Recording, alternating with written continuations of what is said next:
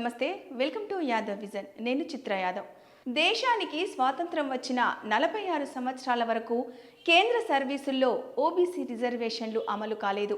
కేంద్రీయ విద్యా సంస్థల్లో ఉద్యోగ అవకాశాలలో ఓబీసీ రిజర్వేషన్లను అప్పటి ప్రభుత్వాలే అడ్డుకున్నాయి. మొదటిసారిగా మండల్ కమిషన్ సిఫార్సులలో భాగంగా ఓబీసీలకు రిజర్వేషన్లు అమలు చేయడానికి నిర్ణయిస్తూ 1990వ సంవత్సరం ఆగస్టు 7వ తేదీన అప్పటి విపి సింగ్ ప్రభుత్వం పార్లమెంట్లో ఒక ప్రకటన చేసింది. ఆ రోజు ఓబీసీలకు ఒక చరిత్రాత్మక రోజు. అటువంటి రోజును మండల్ డేగా గుర్తిస్తూ బీపీ మండల్పై ప్రత్యేక కథనం. బీపీ మండల్ కమిషన్ ఇచ్చిన నివేదికను 40 సిఫార్సులను పూర్తిగా అమలు చేయాలని, క్రిమి లేయర్ విధానాన్ని ఎత్తివేయాలని డిమాండ్ చేస్తూ మండల్ ఆశయాలను సాధించుటకు కృషి చేద్దాం. మన దేశంలో బీసీలకు విద్యా ఉద్యోగాల్లో 27% రిజర్వేషన్లు ప్రసాదించిన సంఘ సంస్కర్త, భారత పార్లమెంటు సభ్యుడు బీపీ మండల్. వెనుకబడిన కులానికి చెందినవారు. బీహార్లోని సహస్రలో అత్యంత ధనికులైన యాదవ్ జమీందార్ ఫ్యామిలీలో జన్మించాడు. పీడిత బీసీల కోసం రిజర్వేషన్లను పోరాడి సాధించి పెట్టిన ఘనుడు. భారత రాజకీయాల్లో తక్కువగా ఉన్న బలహీన వర్గాల కోసం పాలసీలపై తీవ్రంగా చర్చించి తీసుకొచ్చాడు ఆయన. రూపొందించిన మండలి కమిషన్ నివేదిక 27% ఇవాళ భారతదేశంలోని బీసీలు రిజర్వేషన్లు పొందుతున్నారు.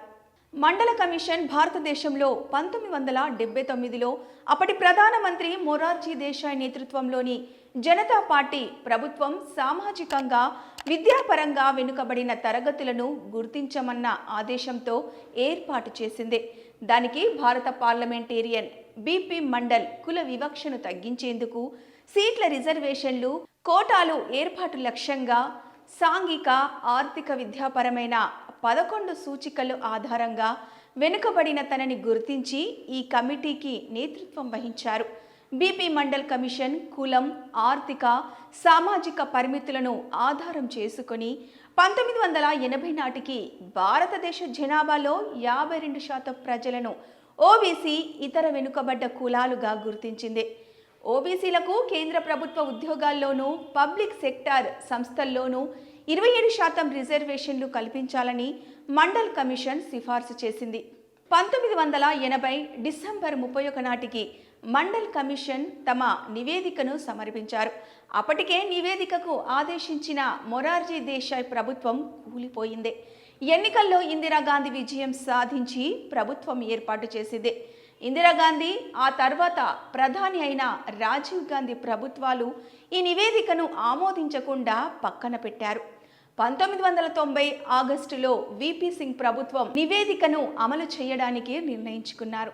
అయితే సుప్రీంకోర్టు తాత్కాలికంగా నివేదికను అమలును నిలిపివేస్తూ స్టే ఇచ్చింది. 1992లో కేంద్ర ప్రభుత్వ రంగ సంస్థల ఉద్యోగ నియామకాల్లో ఈ సిఫార్సులు అమలు చేయటంలో వీటి అమలు ప్రారంభమైంది.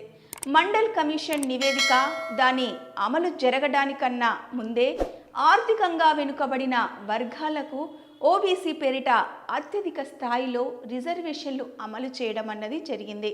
అయితే బీపీ మండల్ కమిషన్ ఇచ్చిన నివేదికను 40 సిఫార్సులను పూర్తిగా అమలు చేయాలని, క్రిమి లేయర్ విధానాన్ని ఎత్తివేయాలని ఇప్పటికీ ఇంకా డిమాండ్లు వినిపిస్తూనే ఉన్నాయి.